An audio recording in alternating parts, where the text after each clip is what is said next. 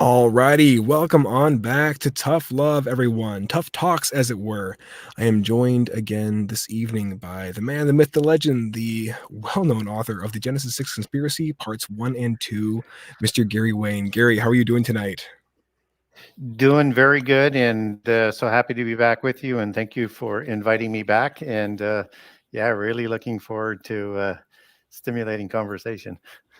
As am I. So it's been since last year, I would say maybe like 2 months past where we are. I think we last spoke in like August or September. So it's been a little Yeah. bit since you and I have Yep. gotten to do a show together, and a lot has happened. You had a second book release here not too long ago. I did. Yeah, it's the Genesis 6 Conspiracy Part 2, how understanding prehistory and giants helps to define end time prophecy. And it's a book I said I would never write, but the audience convinced me I ought to. And the reason why I did is there's so much sort of thirst for information from Christians that they're not being taught from within the church about Mhm. prehistory and prophecy. And so what the audience was telling me through emails, questions on shows, social media is we would like somebody who does research like you to do that completely from within the Bible. And so book one was about how the Bible intersects with the worldwide testimony and shows that common legacy, common history, common destination, different Mhm. lenses from a polytheist versus a monotheist lens, and a different outcome, but talking about the same kinds of events. And so book two is written from a biblical perspective, and I use a biblical chronology versus the secular chronology in the first book, um, and show you how history lines up better with biblical chronology and how the world's testimonies intersect biblically. But I only do that to sort of make that case. Where in book one, I'm letting them speak for themselves, right? In book two, I'll go directly to the sources of their sources that I was quoting in book one, and take that and show that how that lines up within the Bible. So book two goes into what I call essential reading for Christians on the Bible. If you want to understand how the Bible works, you need to read the first 3 to 4 sections. You know, It just gives you the template. I really enjoyed how even inside the foreword that you wrote for number 2, you actually, recommended you said, "You know what? I would recommend reading this one and then going back and reading part 1 because, like you said, it provides you the context that you need, and it is done from the confines of within actual scripture. Because it's really easy for a lot of people to make sort of these generalities and then sometimes these very definitive statements Yep. about what actually is and isn't, but they're a lot of times using extra biblical literature to do so. So I love that you actually made that Yep. statement initially. Yeah, Well, for and those of you, it's oh, sorry, for go two ahead. different kind of I was it the book was designed for two different kinds of audiences. And so if you're very familiar with the Bible, as a lot of Christians are, start with book two. And then book one makes a lot more sense for you. If you're not that familiar with the Bible, Christian or otherwise, start with book one, and that'll really help you with book two. And That's an excellent caveat. it's kind of odd the way that sort of flipped around. So what I call book two is it is Genesis 6 conspiracy one on steroids. And then if people in the Christian community are familiar with Dr. Heiser's work, it's also Heiser on steroids, because I go to a whole different level than what I think Dr. Heiser did in his work. And he did great work, not diminishing his work in any way. It was Mhm. groundbreaking, superb work. And that I show as I'm going through in the first part of the book how important terms are recorded, and players and characters and organizations are recorded in biblical prehistory that helps you to understand the full meaning of what's coming in the end time. And then I take that information and I use those words, definition, characters, organizations, and lay down a biblical chronology that people may have not seen before, they may have heard me talk about it. I lay down in the preface how I approach prophecy, and I apply that so that you can see, one of the things that I learned from getting out into the social media was that Christians were so confused at how could you have so many different approaches to end time prophecy, and they can't all be right, and they all have different outcomes, so to speak, in some of the major events and when they happen. And I don't fall into any one of those preconceived sort of eschatology, whether it's preterist or all the other different names that they have for it.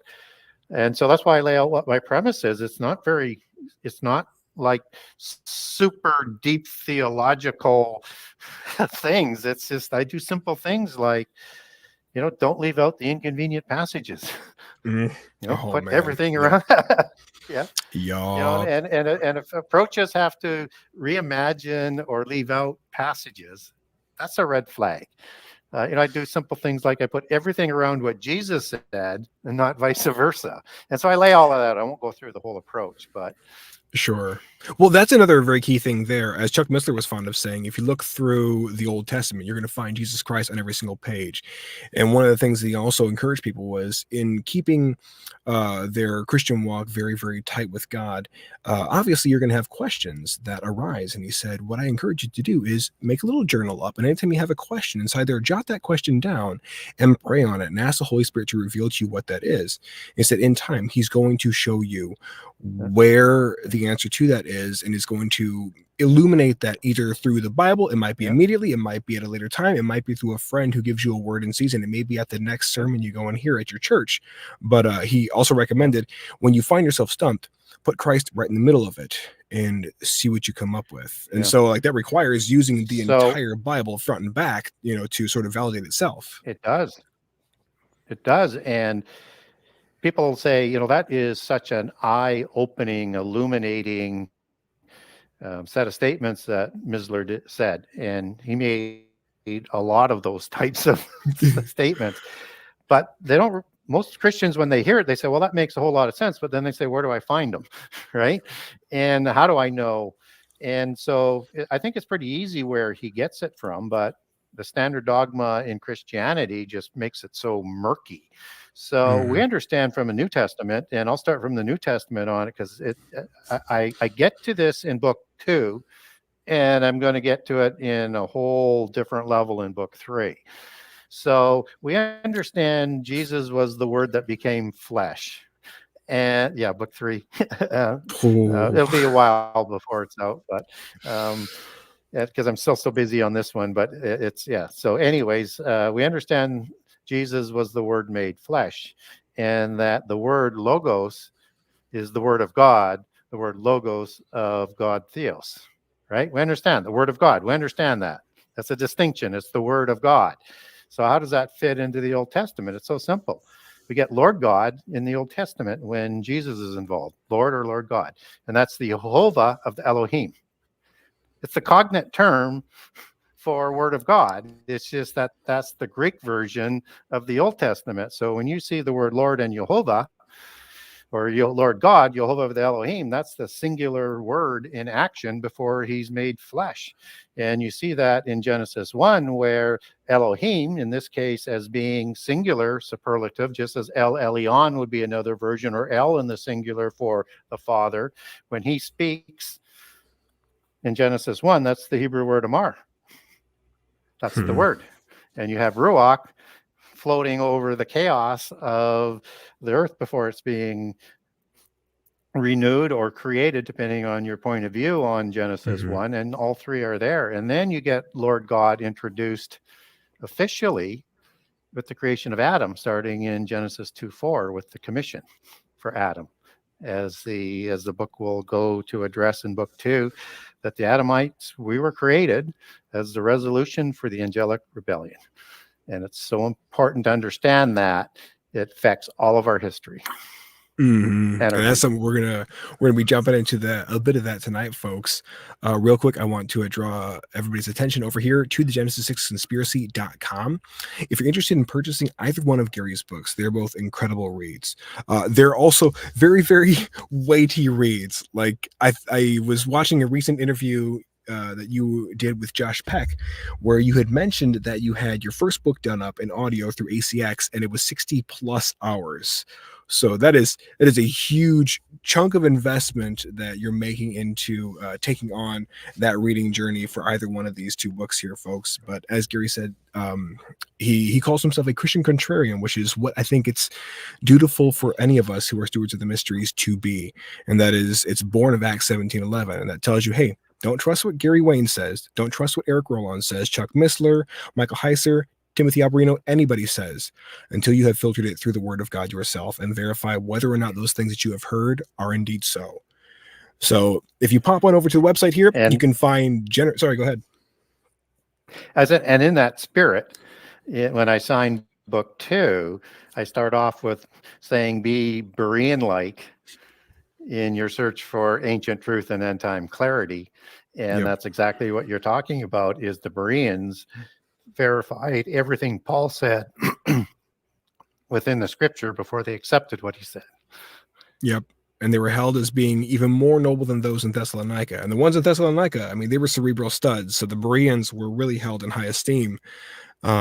But for anybody looking to purchase a copy of these books, Gary has included a very, very generous excerpt of both of his books up on his website here. And as he describes it, that is the tip of the iceberg compared to what you're going to actually get inside these novels here.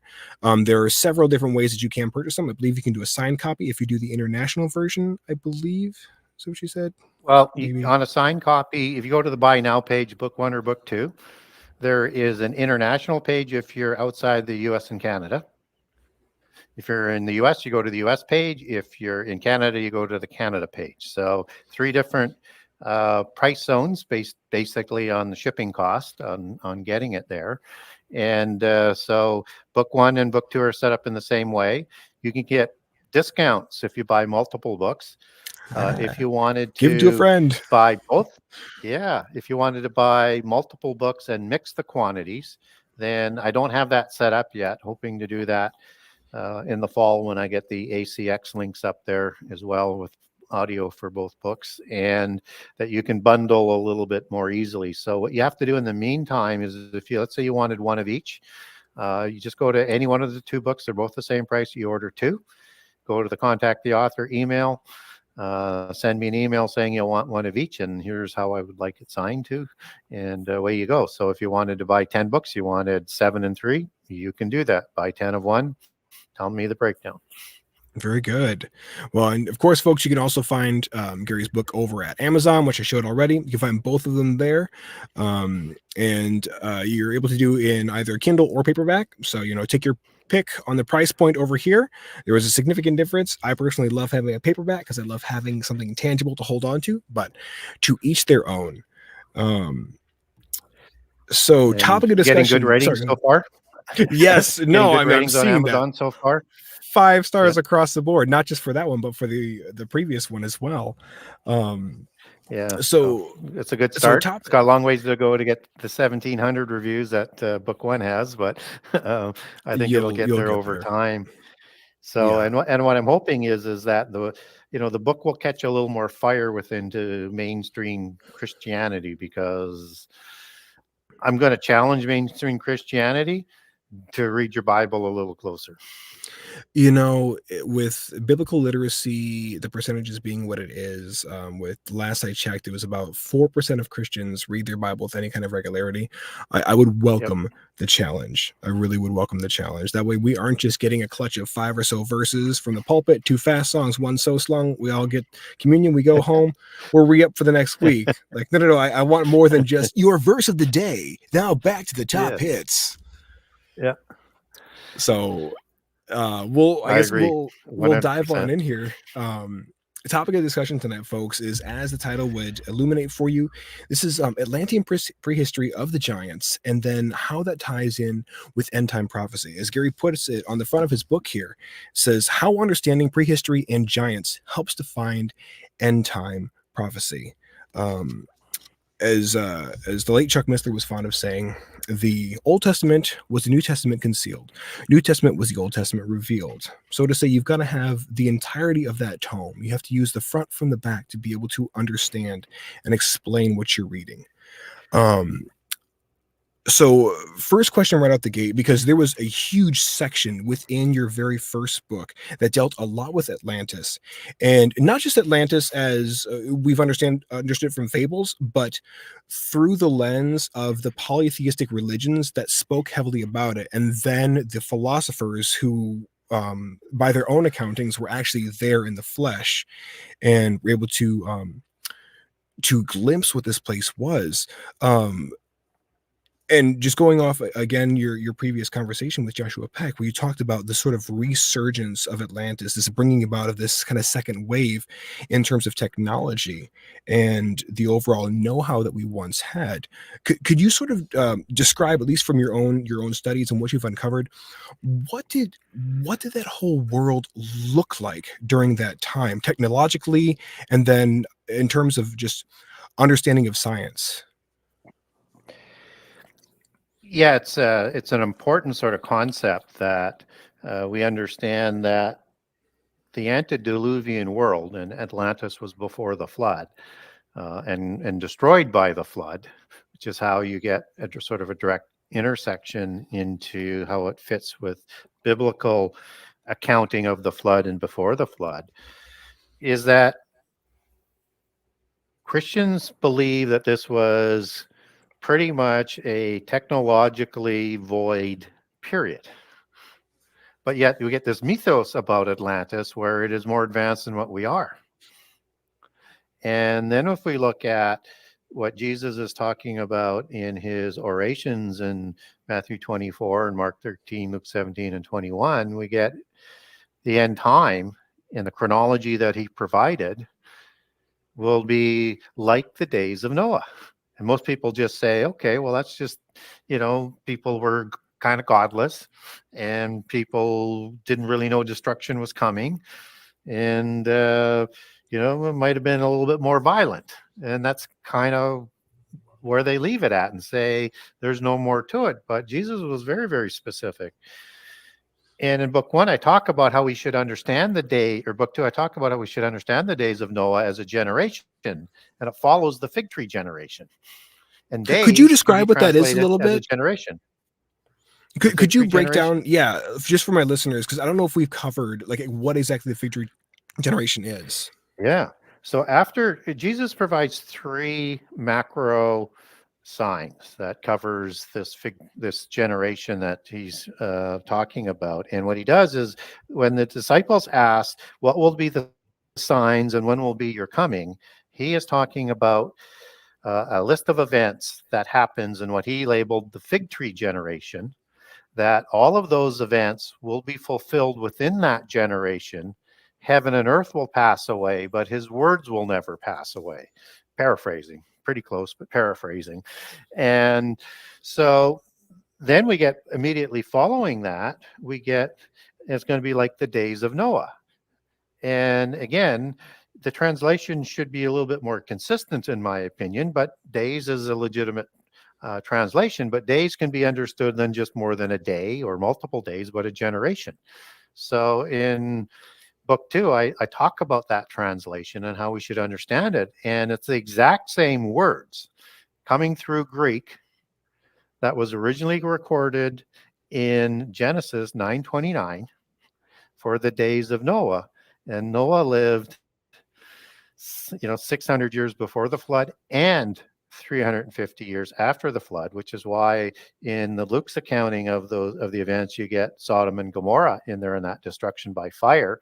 That Second Peter is saying is reserved for the end time, Second Peter 3, because it's a transitional apocalypse. And I'm going to come back to that just in a second. I didn't put this in the book, but to me, it was obvious in hindsight.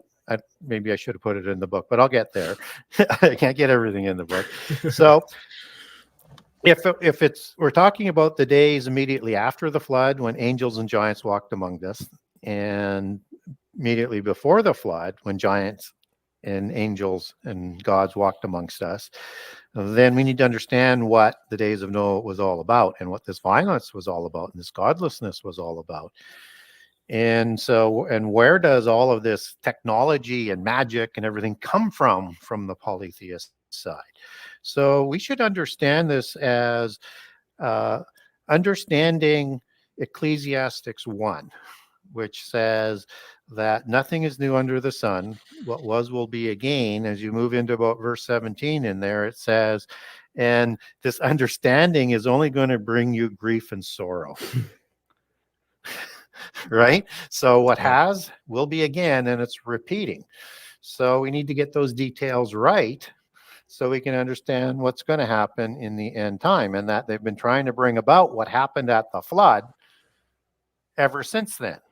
So we get some interesting words that are being talked about, the level of the kinds of technology that Atlantis is portraying in the book of Genesis. And people say, well, where do you get that from? Well, you dig a little bit deeper, and that's why I like to take things back to Hebrew and Greek. So when it says that the world was corrupted, or not the world, the earth was corrupted, the whole earth was corrupted.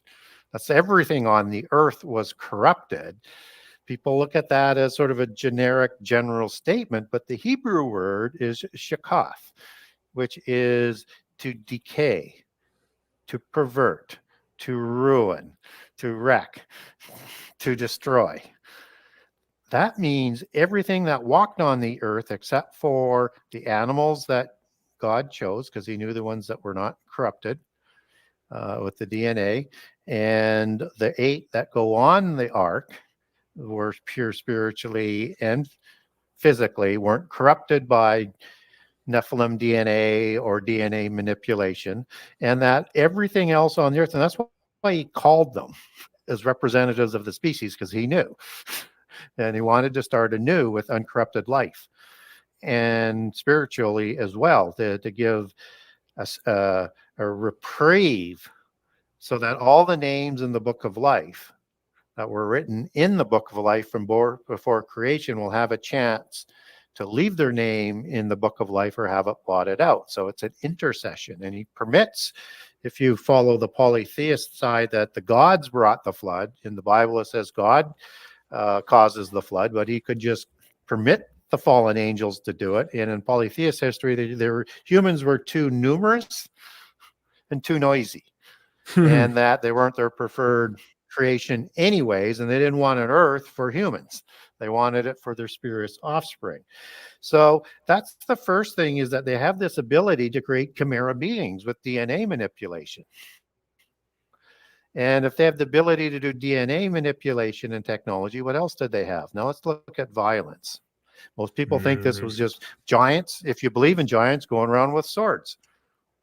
Well, that's not really the case. In their history, they have all sorts of beings, and specifically within the elementals, and elementals are in the New Testament as part of the visible ones who enslave us in this world, that answer through the hierarchy to the invisible ones, the gods of Mount Hermon, Nippur, all the different mountains for the council of the gods that Satan sits above, that rules over the 70 nations.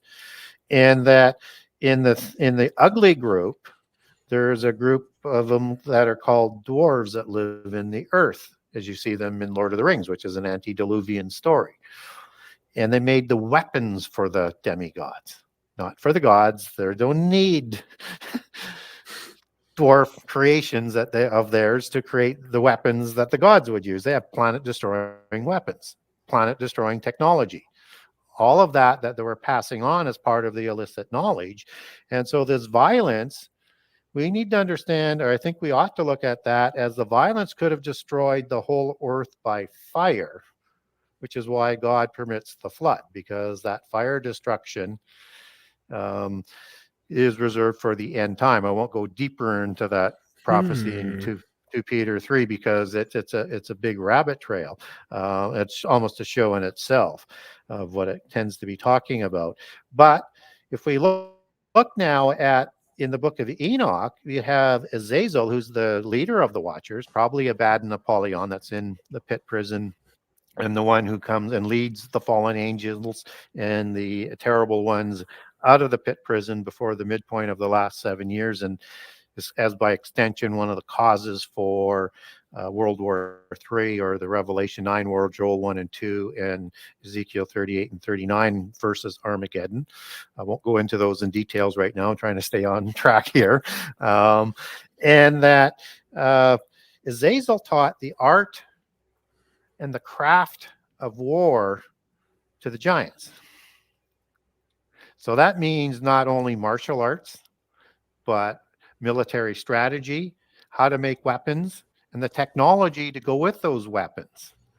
So now when we start to look at the Atlantean and other ones where you have all of these powerful weapons that are seemingly magic, and these accounts of things flying around in the air, they had a technology to build buildings with sacred geometry, celestial alignments, earth ratios, other sacred geometry with masonry and size of blocks that we can't do any of that today with.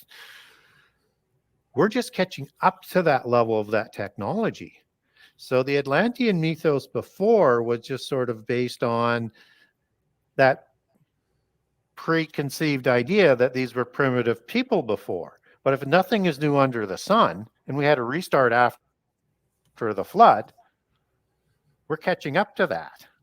And it's going to be like the days of Noah again. So we need to learn that this has been an ongoing thing by the fallen angels using their spurious creations to destroy the earth, because they don't want humans in the world, and that they would have in a realm on their own, which was the purpose for their rebellion. So in the Shiva understanding, which is a destroyer god out of the Hindu pantheon, and as you connect that would be cognate god to Abaddon Apollyon, which is a destroyer, is that Shiva creates new worlds by destroying the old world. And then it's overlaid in polytheism with the phoenix rising out of the ashes, right? So this is a world created through a destruction of fire.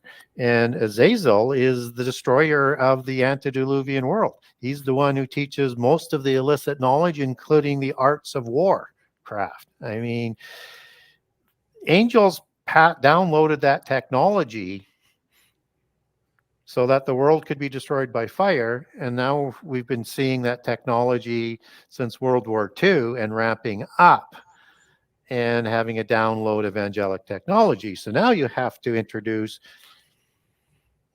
interdimensional or intergalaxy type of spacecraft and all the technology that would go with that. That's what we start to see with the Atlantean mythos, with the sort of second generation of that adding on to that. And that's an extension of the Atlantean black magic.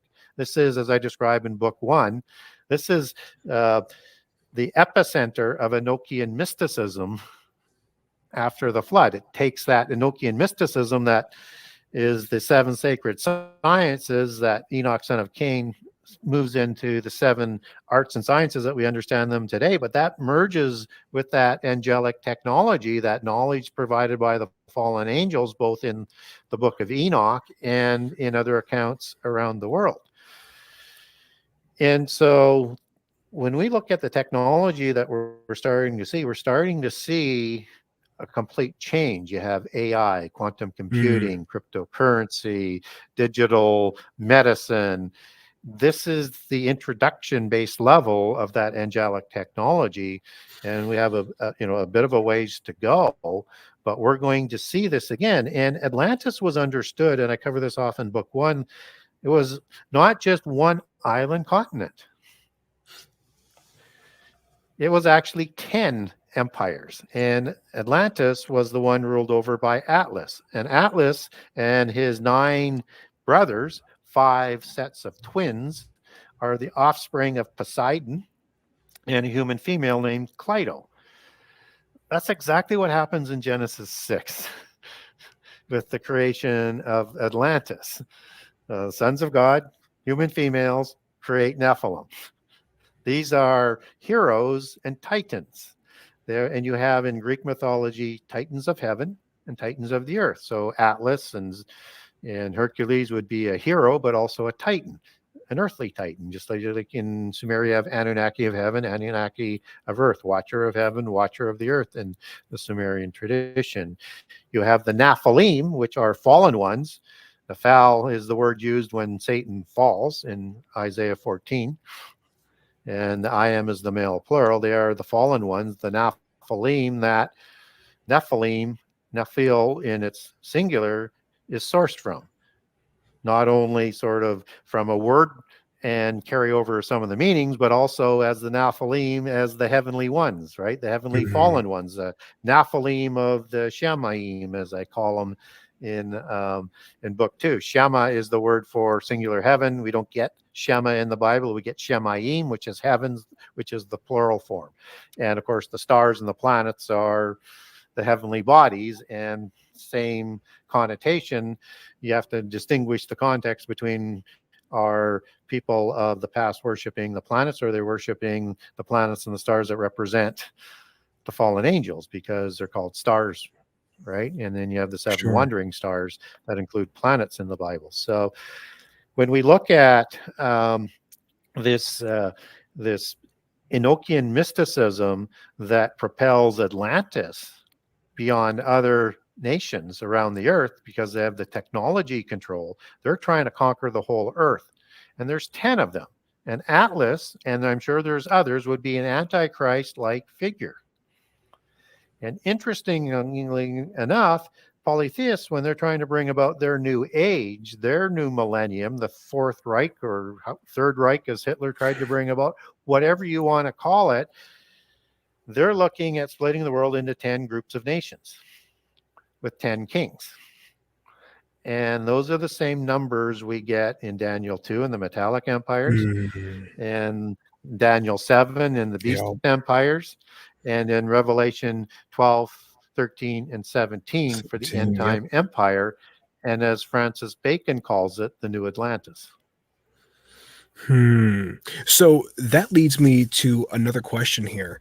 And going through, I'm rereading back through the Bible again, and I just finished up the book of Ezekiel. And I wondered what your take was on this here. And I'll ask the question first, and I'm going to read the passage second and see where you line up on this. But I wonder, is there a connection to Atlantis and then to Tyre and the king of Tyre? Because we have this accounting inside Ezekiel 28 where it seems initially um, God is sort of he's talking about the king of Tyre as though he is just a mere mortal. Like the words are there, you were simply a mortal. But then we jump to verses 11 through 14 and it says, the word of the Lord came to me, son of man, take up a lament concerning the king of Tyre and say to him, this is what the sovereign Lord says. You were the seal of perfection, full of wisdom and perfect in beauty. You were in Eden, the garden of God. Every precious stone adorned you: carnelian, chrysolite, and emerald, topaz, onyx, and jasper, lapis lazuli, turquoise, and beryl. Your settings and mountings were made of gold. On the day you were created, they were prepared. You were anointed as a guardian cherub. Does does the king of I understand this to be from the rest of the accounting here in Ezekiel to be Satan himself, but is there any connection between Tyre and Atlantis, being that it's described as being within the heart of the seas? Yeah, it's an excellent question and an excellent passage, and it's mysterious passage. And one of the passages that people would look at that says, well, that's why you can't rely on the Bible, because it's an absolute sort of contradiction even within the passage. And it's not the case. It's we need to understand that there's different kinds of prophecies in the Bible. So in book 2, I explain this, and I cover Kairos off in a lot of detail in book 2 as people get deeper into it. And I call it a dual prophecy. And I explain what a dual prophecy is and show you some of the ones, because Isaiah 14 is another one, right? That is seemingly in contradiction with the king of Babylon and Lucifer. They tend to be meshed together. Mhm. Same sort of MO. And there's many of these. And so what is, in my mind, what a dual prophecy is that it's a prophecy that the prophet provides. So in this case, Ezekiel in the time of Nebuchadnezzar, that has events that take place in the time of Nebuchadnezzar, but not all of them do. There's a few that are reserved for the end time. But what's really distinct about a dual prophecy is that it includes important information in prehistory within that. And so it helps you understand prehistory so you can understand the times you're in and where we're going for prophecy.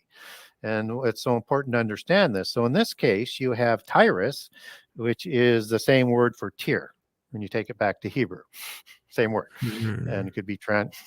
So, and Tyrus, and I'll take an etymology back to a specific giant too in book 2 as we get into it. But here you have this king of Tyr, which is like a beast empire, but it's not one of the beast empires listed. It is the economic part of the organizational structure to beast empires after the flood. So it doesn't matter whether it's Egypt, Assyria, Babylon, Persia, Greece, or Rome. Tyr is the economic engine that does all of the trading. And even though it's destroyed by some of the beast empires, like Assyria and Babylon, it gets rebuilt for the next beast empire. And so we need to understand it from partially in that aspect to understand end time Babylon. You have two other cities, that are in play in the allegories, one for the religious aspect and one for the violence aspect of it, like Nineveh is the allegory. And I talk about that in brief, but I get this into it in a biblical way in book 2 in a number of areas. So now as we look at what's going on here is you have an individual that is a Rephaim king and bloodline, a royal as in a king of God, El, Al transliterated as in Baal, Lord God, as some people like to translate that. And that he is an Antichrist-like figure, as all of the beast empires have Antichrist wannabes that Michael, I think, fights against to prevent from coming, not the beast empire, but the Antichrist from taking power till the ordained time. And that he somehow is said to have walked amongst the fiery stones and was in heaven. Well, that's not possible. Because no demigod has done that. And there won't Mhm. be one until Antichrist storms heaven in the end time, Daniel 8:10. So that's reserved. So that's part of the end time understanding, and that you have these Antichrist wannabes. And so you have him as part of a beast empire, an economic beast empire, and used in conjunction with Satan. So everything that applies to heaven and before Tyrus is about Satan. But antichrists are Satan wannabes. So they're always trying to do what Satan did, like in storm heaven and put their throne in heaven, and to call themselves God, what Antichrist will do in the end time. So this is a cherubim Satan versus a seraphim Satan, as he's understood as the devil, the dragon, and the serpent in Revelation. And in there you have the 7 jewels, or the 9 jewels, I'm sorry, and that this represents his priestly nature, and why Jesus, the word becomes Jesus to become Melchizedek as an immortal leader of that priesthood forever, as part of the resolution to the fall of Satan, who was the high priest in his seraphic form, not cherubim form, as talked about in Ezekiel 28. So in Eden, he's in his cherubic form when he walks there, not the serpent like everybody thinks. So Gadriel is the angel in Eden. In the book of Enoch, that might be one of Satan's original names. That means wall of God, as you take that back to Hebrews, or God's wall. And Interesting. Yeah. And so Isaiah 14 now is built similarly. So you have another Antichrist figure called the King of Babylon, and it gets merged in with Lucifer, which is Halel, which is Halel ben Shakar in Hebrew, and means Halel, son of the morning. He's part of the morning star order that's recorded in Job 38. I get into that into detail, and the words describing him and the meaning of his name sort of go to in that direction in half of that meaning. And so that's another one of his names. And in the Jewish tradition, in mysticism, when Satan was in his seraphic form, he was called Samael. So it's not unusual for angels and kings to have multiple names and titles. Some of them had up to 7, some maybe even more. So we're getting different descriptions here.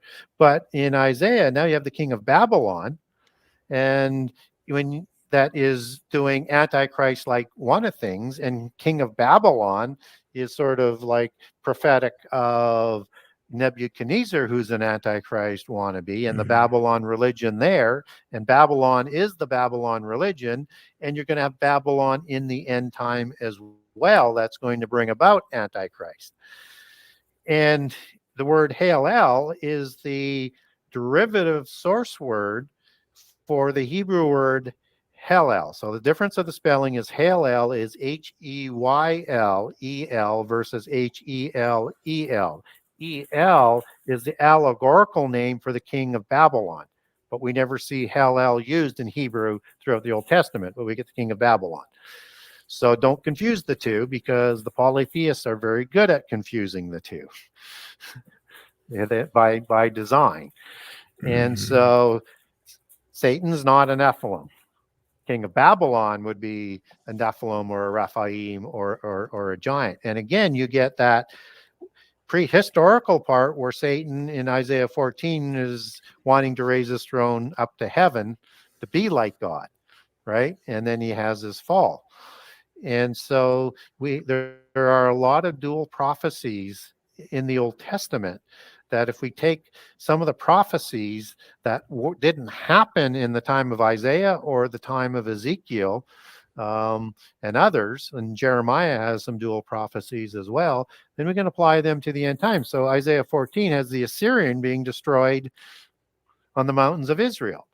Well, Assyria's army in that time did, but not in the same way as described in Isaiah 14. And then you get into the serpent's root there, which I do cover in the book as well, which is another sort of complex sort of subject. So I won't dive into that. So, and the Assyrian being destroyed on the mountains of Israel is the same passages that are described like in the book of Micah, when the Assyrian invades the land in the time of the second Mhm. Exodus. And Assyrian is another allegory for Antichrist. So you have two Antichrist type figures used in that prophecy, and not all of those prophecies are fulfilled in the time of Isaiah, just as these ones weren't fulfilled in the time of Ezekiel. So we need to understand it in that sort of way. And then when you're using Babylon, Assyria, and Tyre, we need to dig deeper into why are those examples that are being used, and what can that tell us about prehistory, and what can that tell us about the end time. And book 2 Mm. covers all of that off. So you bring up a great concept there. And for those who are having a hard time tracking with what Gary was just talking about, what he's describing there when he talks about you have these models for future existing entities, like he talks about Jesus and then the priesthood being of of the order of Melchizedek. What we're talking about is typology, not as though typing, but actually a type, like a type of Christ or a type of Antichrist. They say that Jacob was a type of Christ, and that Melchizedek would have been a type of Christ as well, being both a priest and a king, as Jesus is called that inside the book of Hebrews. So, what I would encourage anybody out there who's a little bit confused as to types within the Bible, either grab Gary's book here because he does a great job of explaining it, or hop on to gotquestions.org and just punch in type of Christ or biblical types, and it'll give you a great rundown there of various types of both entities, strongholds, and beings within the Bible. And it will help to give you some further clarification on this whole conversation here. So you actually like you answered a couple questions that I had jotted down here already, just in that last verbal process there.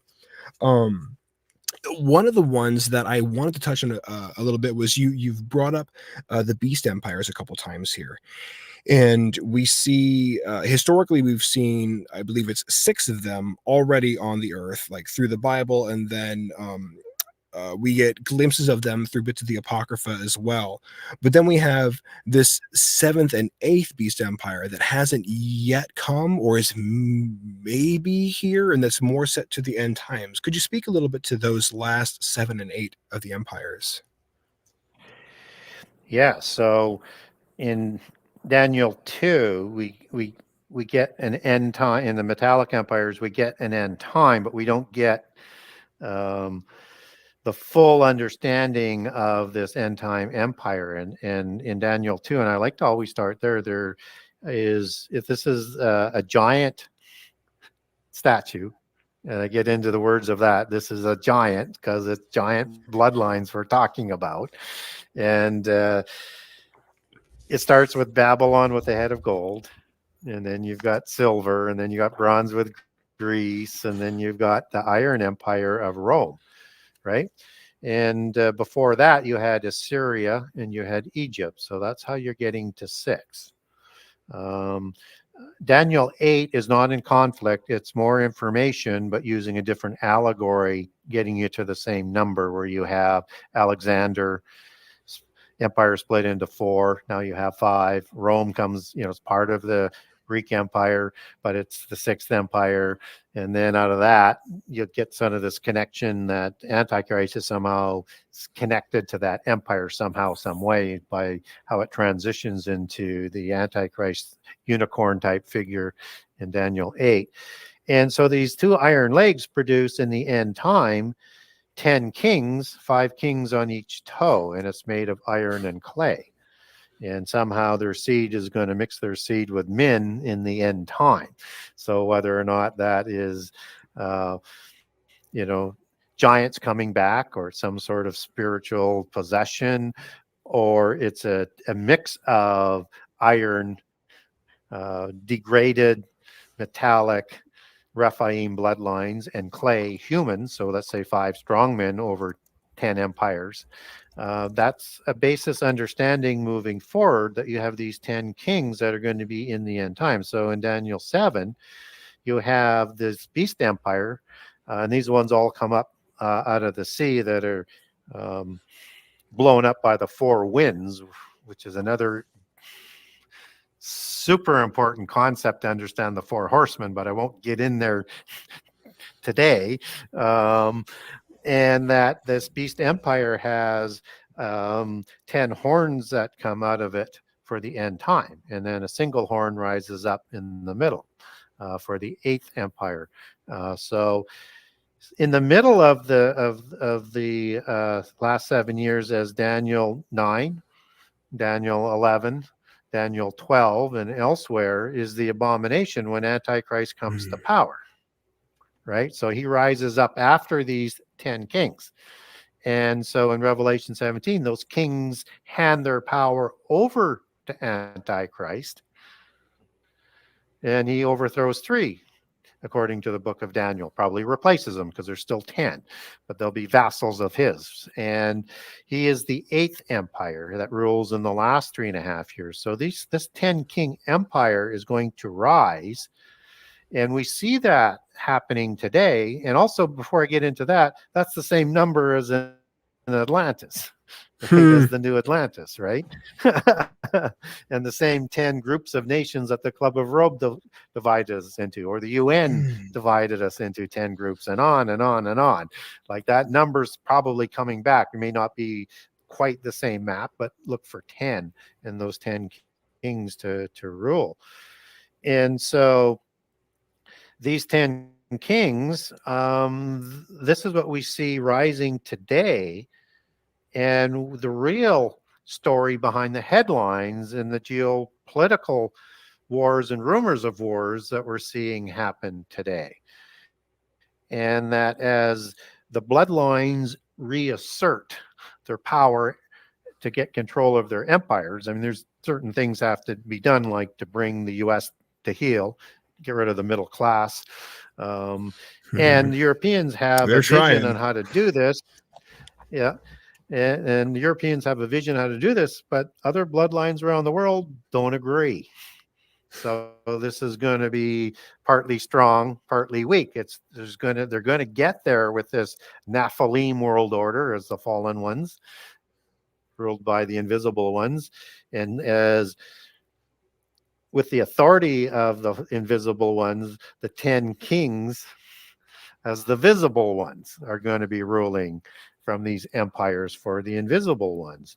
So you see President Xi, XI, pushing back, saying, I'm not against the New World Order. I want a larger role. Well, who is Xi? I mean, he's leader of the Communist Party who's making himself almost a permanent president there. Well, the dragon creator gods, both before and after the flood in Chinese history, created the heavenly sons as their kings, the dragon kings, like the serpentine Nephilim kings. And that these are seraphim angels as dragon creator gods. And that they created the Shah dynasty. And there's two branches, an east and a west. The Li is the most common name for the eastern branch.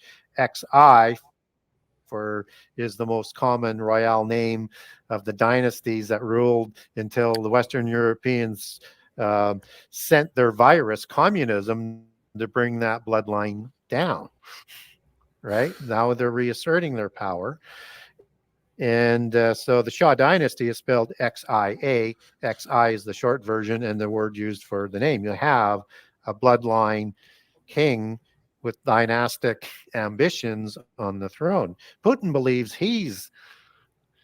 has bloodlines back to the original Putyanin bloodline, the Tsars of Kiev, which were Scythians, which were Tuatha De Danann, which were giants after the flood.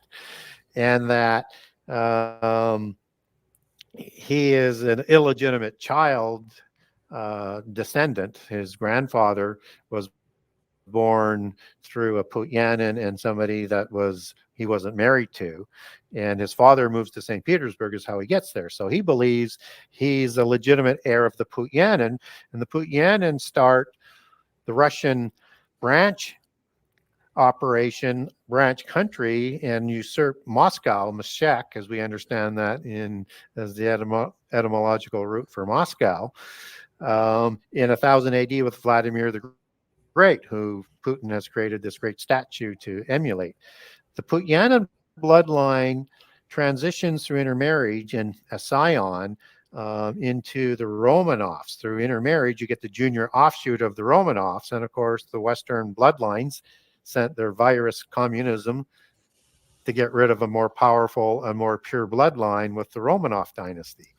And through World War I and World War II, and creating the Nazis, which was, again, social masonry, another form of it created by the secret societies to get communism out of control.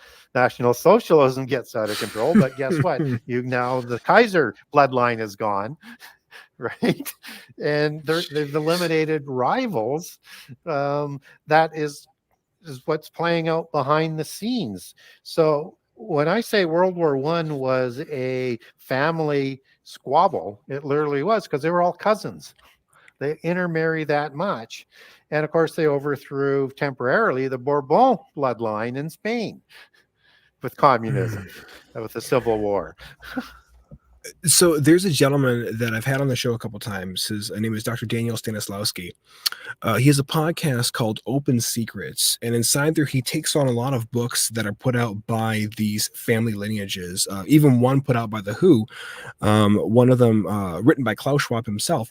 And inside there gets into the funding for a lot of these wars and how they're tied directly back to those ancient families, those serpent brotherhoods. And you and I think our last conversation, we talked about like the Rosicrucians, the Order of 300, the 12. We talked about the Illuminati, the Freemasons, and where those ties come from.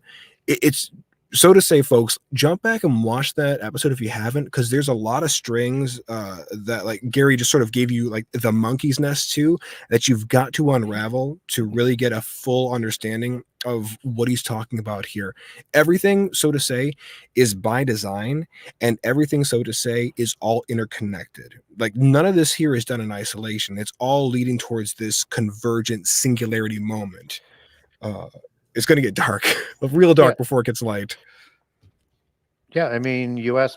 banking was sponsored by the Rothschilds, Mm. who were created after the fall of the Knights Templar, who controlled banking and invented modern banking, and they needed to replace it outside the church. And the Bauer family was assigned in Germany, and they grew rich through Masonic sponsoring and wars and became the banking arm outside the church. And when they set up the London Bank in 1810 to 12, they changed their name from Bauer to Rothschild because they wanted to separate themselves from that sort of Jewish connection. And so, yeah, whether or not it's the banking system in the U.S. or all the great corporations, the Carnegies, the Mhm. Morgans, Oh, Morgans. the Rockefellers, they're the stable of agents that were all funded to become powerful by the Rothschilds, whom they're completely loyal to. So they're the ones, the Rothschilds, they did some funding, but the US was created by the secret societies to be the launching pad for world government. And so it was mostly US banking that funded, um, the Civil War in Russia, and then funded the Nazis to power. And then they had to fund the Allies to take care of both, the problems, or the Nazi problem, because the Nazis got out of control before they took care of the communists. So, and they keep doubling Mm. down on the same kinds of strategies, but it creates a sort of chaos. And so banking within the church um, was also wrested away from the Vatican. And most of the wealth in Spain, I mean, in France, went to, in terms of currency, there's some stuff that went to Scotland, as I talk about in book one. And book two, I talk about most of the wealth went to Switzerland, where the Hospitallers, a sister organization, was already located. And the Hospitallers have a white cross, the same cross that's on the Swiss flag, the home of world banking, where all off the books money is kept, and nobody really knows how much is there. And it's an astounding number.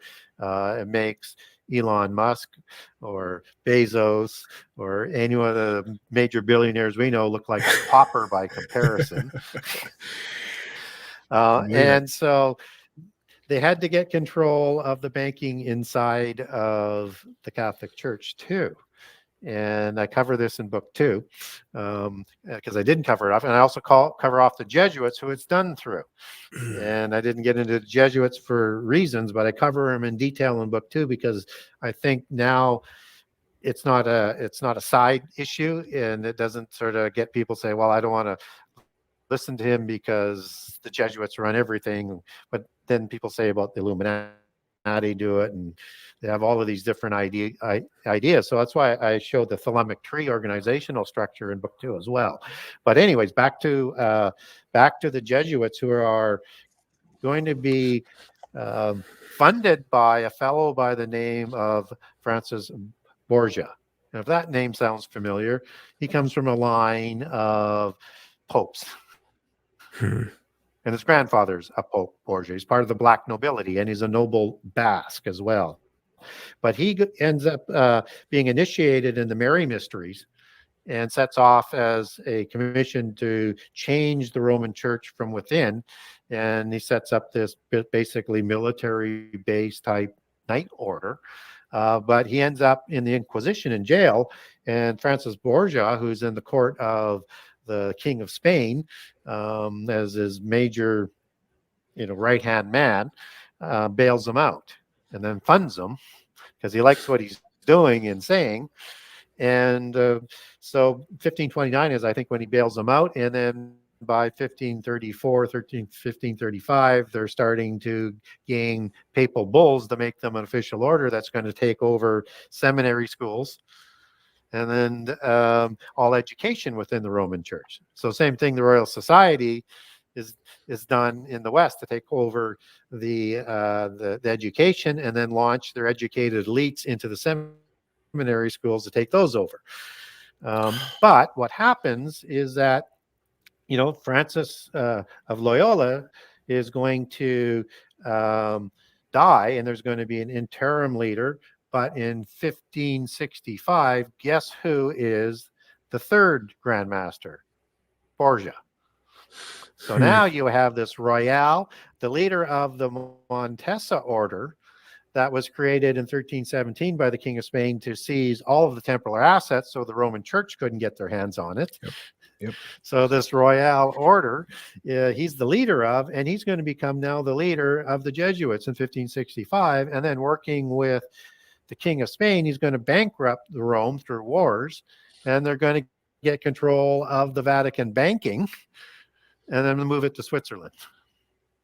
Man. And before that, it was funded by the junior level of the black nobility versus the senior black nobility of Italy. So the merchants like the Medicis and the merchants of Venice who came over from Phoenicia, Tyre, that area, that set up shop in Italy. They were funding the banking before it was taken over by the Royals and then moved to Switzerland. Wow. And now the Rothschilds moved their banking there as well. Yeah. Well, and isn't it just amazing with how heavy money played into all of this, how we then have later on here in the States our own currency set up on a fiat money system, which is illegal according to the Constitution, but yet we still have that in play.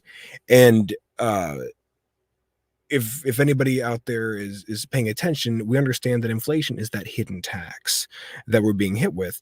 And it really does, as you put it seems like they're trying to wipe out the entirety of the middle class. Like the amount that you pay for certain things is designed to keep you within a certain sort of spending bracket. You're for most people out there, they're one or two paychecks away from total abject poverty.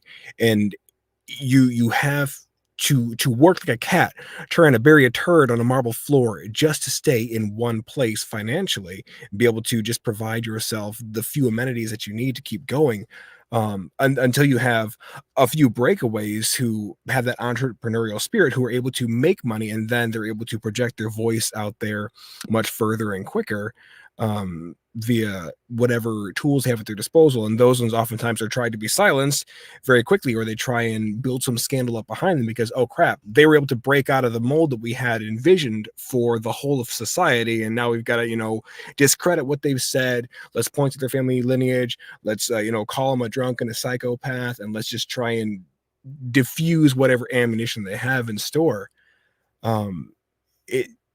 So to say, it's also interconnected and very, very dark. And correct me if I'm wrong, but don't the Swiss guards even set up outside the Vatican as well?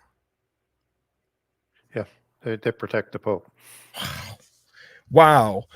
Gosh, it's also incestuous, and it's so frustrating because, like, again, folks, like, just dive into Gen 6 conspiracy, because when you get into the Serpent family lines and the Serpent brotherhoods within the first of the books, that was such a tremendous, mind-blowing trip there. And like, it was like each chapter was devoted to very specific timeline oriented segments inside there, and it provides a whole lot more context to what you just broke down for us in the last 10 minutes. So yeah, that's what makes book 2 so unique, is that you're talking about the same topic, but not only the perspective is different, but by doing so, I can bring so much more new information that I didn't put into book 1. And that was the beauty of When I Saw the Light as to why I should write the book. And so, is there some overlap? Sure. Not much, but only as much as I need to, so that I'm not losing people in book 2, right? So you have to give enough there, and then also give the reference back to the original book, so you can go to the chapter and read all of that if you wanted to do it. And so, but it's all new information. and it just ties it all together in ways that it's just wonderful to hear people saying that I I couldn't believe there could be that much more information that needed to be added to book one, and it really all came out of the Bible. Well, and like by the time you're done putting all the pieces together, it almost feels like Charlie Day from Always Sunny in Philadelphia, where he's got this vision board hide behind him, and there's all these pieces of yarn that are connecting all the points Yeah, together. But yeah, like you said, it is very very biblically based, and it's so refreshing to see that because I have plenty of books inside my library that, as I mentioned at the top of the conversation, the information is good and it's lurid, but a lot of it doesn't have any actual biblical reference for, and it's frustrating because it's like I'm here with you conceptually, but yeah. where is the validation? How do I make, yeah, how do I make that fit from within my belief system? Yeah. So And you have to be able to do that biblically, and so um, and you can, but uh, as I said, and I probably wouldn't have been able to write book two unless I wrote book one, because you had to get a lot of that other stuff on the table before you could get at really, because nobody's written a book like this, and it is totally unique, and it goes deeper into the Bible than any other book I think that's ever been written that's out there other than the Bible. But we need today, because of how our world works, we need to have a little bit of help to dig into the what's really going on in the Bible, because as you mentioned, we've been trained only to listen to the passages they tell us every Sunday. yeah, a bit of a humble brag there. Real quick, Wiz says some Yeah. people read the Bible, but Gary can read the Bible. um so we're at a really good segment here, and actually this is perfect time because I would like to shift now. We've sort of laid the groundwork pre-diluvian and then what took place post-diluvian, and now we're getting into that end game scenario.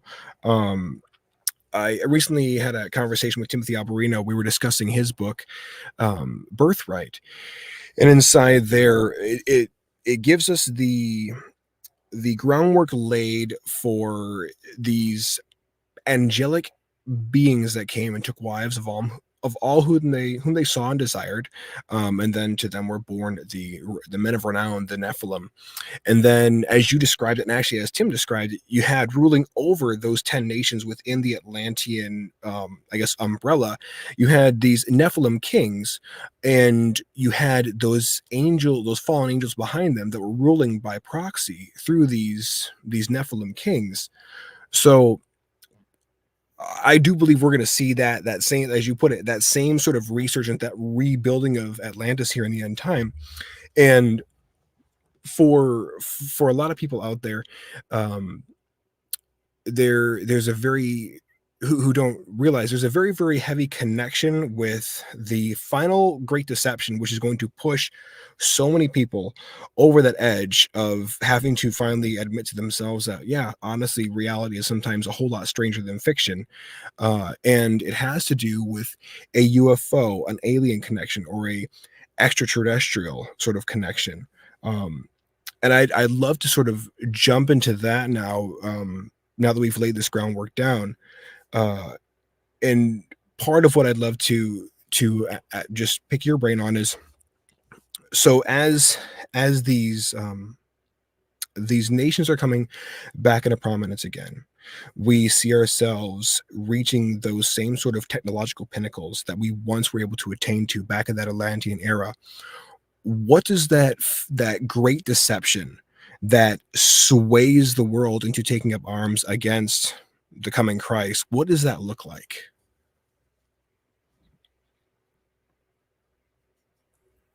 Yeah, it's not any one thing. It is a sizable propaganda, preparation, and deception that comes from every possible angle. If we think we're seeing propaganda and brainwashing today, we've seen nothing yet. And so Some people will say flat Earth is the great deception. Some people will say the alien mythos is the great deception. Some people say Antichrist is the great deception. And you can pick a menu of probably 100 different things. The thing is, but it's all working together.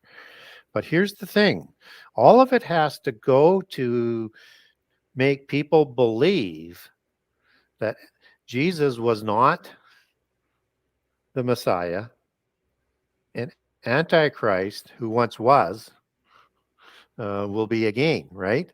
The one, as described in Revelation 17. And so he is described, Antichrist, as not only the opposite of Christ, he's a replacement Christ.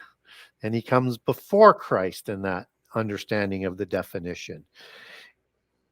And they'll make a case that this person came before Jesus did. So look for an antediluvian, perhaps post-diluvian, but I think to make it a little bit more accurate, it would be an antediluvian dragon messiah. Could be an Atlas type figure or Orion, but they could pick somebody from after the flood as well, as long as they were here before Jesus came. And then he's going to come before Jesus does, before the ordained time in the end time. But he's got to be able to make everybody believe with his pedigree and his powers and his wisdom and his insights. And the book of Daniel tells us that he is going to receive insights that, and I cover this off, that are going to be very much Christ-like in terms of, when I look at what Jesus said in the four Gospels, it's like, that's what blew me away. Just this, I said, that this could not be a human. Well, it's going to be akin to that.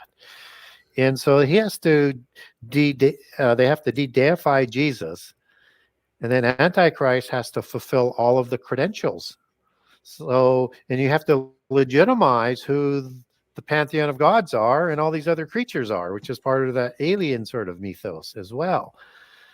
And that monotheism went rogue from the root religion that was before the flood, Enochian mysticism, as I like to call it, that comes across the flood, restarts at Babel, which is the allegorical and etymological source word for Babylon, and the same religion Nimrod, as an antichrist archetype type figure, tried to impose. And who knows, Nimrod may be that individual. And that he became like a giant, and maybe he ended up in the pit prison like the terrible ones did. And he comes up out of the prison, and the one who kills the two witnesses, or it could be Azazel, as in whoever it is, he's going to play a significant role in the end time. And Antichrist is very much connected to them. And Antichrist in 2 Thessalonians is going to receive the power from Satan, as will the false prophet. And you might say that that's the same as the dragon that he receives his power from, but that dragon could be interpreted as a seraphim angel as well. So it could be Azazel, or an angel that comes up out of the pit prison. He is going to have this avatar relationship that we're being prepared for. An avatara is the god or the angel. The avatara is the one who receives it, additional power or wisdom through coming in like a Holy Spirit, and the symbiotic relationship that spirit enters into the human soul and body and spirit, which is already there, and adds power. And we know this is possible biblically because Satan entered into Judas to give him the courage to continue to betray Jesus. So we know that that is possible, and we know Satan is going to somehow provide that power, and maybe another angel as well, depending on how you want to understand the one who comes up out of the abyss and who the dragon is in Revelation 12.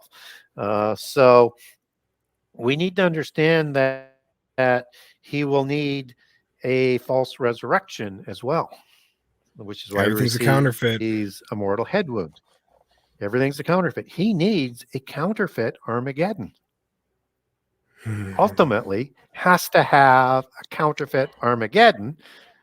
So that's why when you look at Revelation 9 and why you have to be, I think you have to be very disciplined to not leaving out inconvenient passages and not reimagining passages to fit your preconceived conclusion. You have this war that's an extension out of what comes up out of the abyss. It's the 200 million man war. And these creatures are a little bit different than what comes up out of the abyss. And I give two comparatives of each of those um, in two different locations in book 2 to show you who these creatures are that come out, and that this is a chimera army that is described in Joel 1 and 2. And that this is before the midpoint of the last 7 years. And it has to be because the one who comes up out of the abyss has to be there to kill the two witnesses. So that pit prison has to be open, right? And again has that relationship with Antichrist when he comes to power. So it's an essential part of Antichrist coming to power. And so it's an extension out of it, and it's located in Revelation 9 and not the Armageddon War that a lot of people like to say it has to be. Because it's a 200 million man army. I mean, it's got to be Armageddon is the sort of standard dogma. Trouble is, those creatures are the same creatures that are described in Joel 1 and 2. And the Armageddon War is in Joel 3. This is another war, and it's the largest army ever seen since creation or ever will be. It's going to be actually larger army than the Armageddon War. And it's the same war as Ezekiel 38 and 39. And of course, that happens before the second Exodus. So we know it's not Armageddon as well. It happens as you get that in Ezekiel 39, and you get the last days in Ezekiel 38 for that war. And strangely enough, these names, Gog and Magog, they're giant names. And Gog doesn't have a lineage back in the Bible. Magog does. And I think one of the members of Japheth has his name changed to Magog after intermarrying with the giants. But Gog and Magog were giants before the flood. These were the offspring of Iapetus, the parent god of the sea before Poseidon took over. And Gog, and we have Gog of Magog, chief prince of Meshech, as they're described. And Gog, as you take that back to Hebrew and the Greek, both are identifying Gog as also an end-time Antichrist type figure. And that's the same war.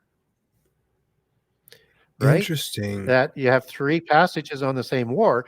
And then at that time, as you move over to Daniel 11, all of this is covered off in great detail in book 2. Antichrist sees this overwhelming army as he's rising to power, destroyed from before him. And then he goes in for the abomination.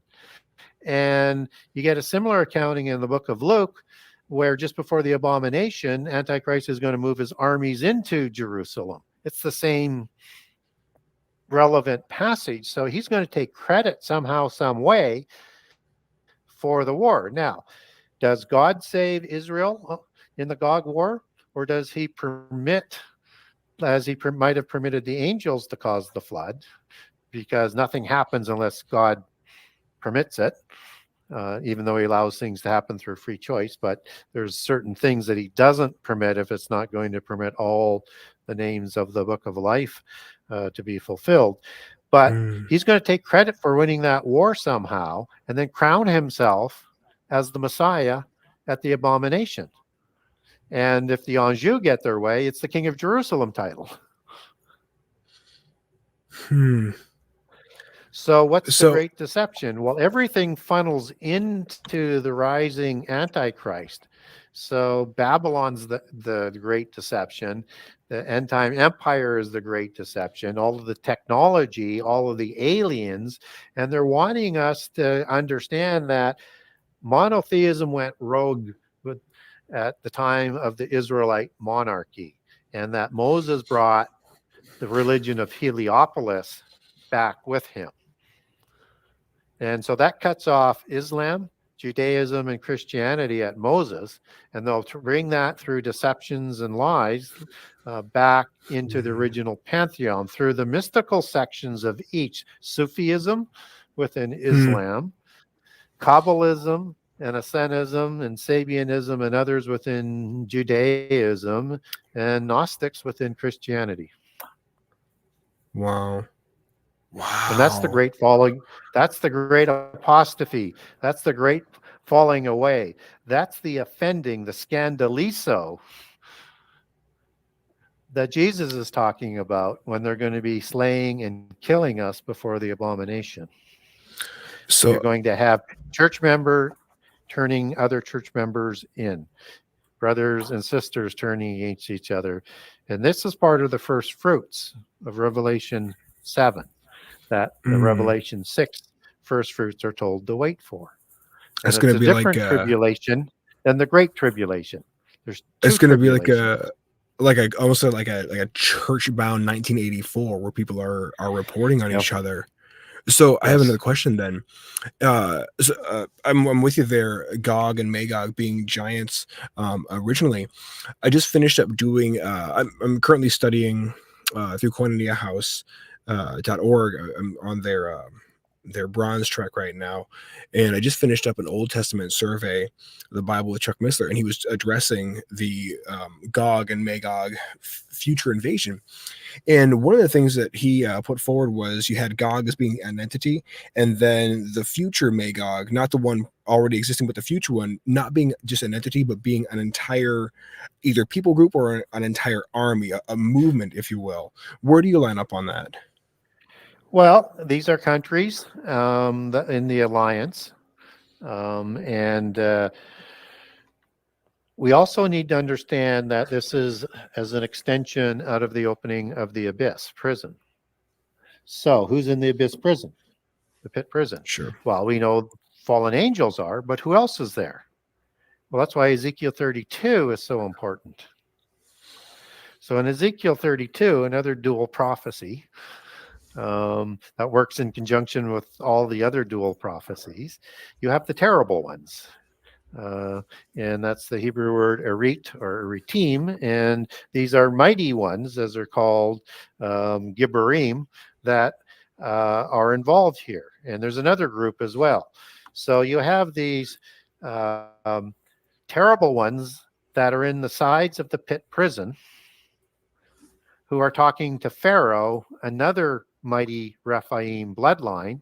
And also you have the strong ones, which is the Hebrew word El, for the angels that are also in there talking. You have two different Mhm. groups. And it's the terrible ones that are in the sides of the pit prison. These are the ones who did horrible things on earth.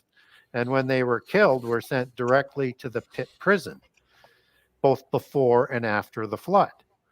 And so we go, as you move on into Ezekiel 32, you're going to get, people like Tubal and Meshach. Guess Mhm. who's in the Gog alliance? Elam and Assyria. Um, yeah.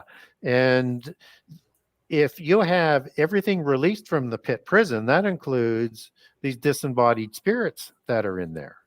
And these are the Mhm. worst of the giants, like Gog. And again, after the flood, you also have giants named Gog as well, part of the Gyges or the Herculides kings, which is the Cretazens of the uh, offspring of Zeus and Alcmene to produce Hercules, that produces these Gyges kings in Assyria, Asia Minor, through parts of Greece. And these are the same tyrants that were Nephilim before the flood, as Nephilim's defined as, or Troanos. I think I'm putting it together now because one of Jesus's condemnations when he writes his letters to the churches is you tolerate that woman Jezebel, and we understand Jezebel in that context to be a spirit, a spirit working within essentially those sons of perdition. That to me seems like then we have, like you said, we've got Magog, that spirit now, that disembodied spirit working through all those different entities in concert. Yeah, well, and these disembodied spirits now, are they going to possess humans? Maybe as Mm. in Daniel 2, you could take that translation, but more than likely, They need an oiketerian. They need a soul and a body to interact physically in this world, or they got to possess somebody. But that's the angelic technology that's coming out. Clone bodies, sleeves, Altered carbon. transhumanism, whatever different forms. And that these are not created for humans because our spirits sleep when we die and are Oh, going back to heaven in sleep. So all of this technology is for the disembodied spirits. And now you look at these chimera type beings that are riding on horses in that Revelation 9 war. That's like this oiketerian created for all of these disembodied spirits. so here's another question then. I think I'm like right neck and neck with you then. So then in Daniel 2, when it talks about where he says, I saw iron mixed with miry clay, and it says they'll mingle themselves with the seed of men, but they shall not cleave to one another, even as iron is not mixed with clay.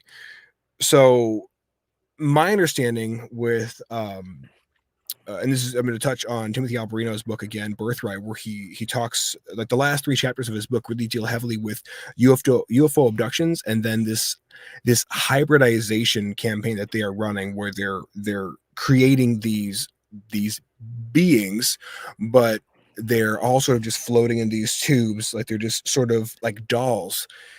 I could see them having not just the appearance of human as they get closer and closer to looking more like us, but having the hardware necessary for those spirits coming out of the pit to have a husk to go right back into, like you said, an Oiketerion, and then be able to rejoin in that army Yes. with the Yes. beast.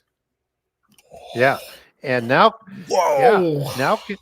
now consider what we said earlier when we talked about these 10 kings that rise before the last 7 years, or at the time, or consummated by Babylon at the start of the last 7 years. I didn't think about And that, that. yeah, and that when you look at that Gog war with that timing, and you look at some of the uh, groups of nations that are in there, this is part of the 10 kings that are marching on Israel. And if you look at some of those players like Persia, for example, Persian are Indo-Aryans originally, and Persia settled into the Indo-Aryans from this Persian line settled in the same areas the Cadmonim and other people in Elam or Olamim as the ancient Aboriginal giants as well. But the Persians were the Achaemenian bloodline. As they took their genealogy back. But the Persians also settled in the Indus Valley. So you have India that would be included in Persia as it would be understood in ancient times as part of these Aryan people, right? And so now if you look at 10 kings, perhaps 5 on each toes, where you've got them working together, but 2 alliances of 5 maybe working together and against each other, and you get one side that's not, or most of one side, all of that's not totally happy with the covenant that is agreed to in Daniel 9:27. And so you have, let's say, Meshech as Russia and its expanded bloodline empire. You have India. You have obviously Iran and Iraq and Persia as well. That would be in that whole group. You also have Beth Garma, which is sort of understood as Turkey. And you see them moving more towards Russia and China today. And Gomer is Germany, and they're relied, just as India is, on energy. You could see them moving with their Middle Europa type of empire into this 5 of the East. Now, they don't all have to be in the East, but it's just amazing how many of those members are like part of this new opposition to the European order. They've got their own banks, their own currency, their own cryptocurrency, their own credit cards. They're trading within their own dollars. They're setting up a rival system. China's not in on this Magog war. They're maybe the Sinim, as I described them in book 2, but they are involved in the Armageddon War. So China may not participate in that war, but you will have India. They're of the East, so I think you could reach that number, and you could have other nations that are part of that group that are also contributing. I mean, you also, got places in North Africa, so you have like an African alliance or a North African alliance of some sort, or a Middle Eastern alliance that seems to be part of that whole makeup as well. And these are all kind of natural haters of Israel, who will receive protection from the world order. Wow. And like, go figure, the destruction and like rage and vehemence with which that destruction is going to be carried out is going to be so severe. Because if we essentially have a prison full of inmates that Christ himself went on down to when he was 3 days in the pit, and proclaimed to them exactly what he did, gave them that proverbial middle finger, and was like, I'm taking these keys of death back now. Y'all done stepped in it. The son of God is taking his seat next to daddy. Go figure that they would be chomping at the bit to get back on out, reanimated, and then just start laying siege to the cities of men. Like, go figure they would have that bent, because they've been in there now Yep. for thousands of Yep. years, just Yeah. brooding over it Well, all. Well, yeah, and the ones before the flood would like to complete what they were trying to do before the Sure. flood with the angelic technology. And all we've seen from the bloodlines and the beast empires is wars. They are the root of perpetual war. They can never, ever get along. In their belief system, there can only be one, just like in the Highlander movies and TV series. And that eventually there's only one dynastic family that's going to take over. And that's why there's war all the way through.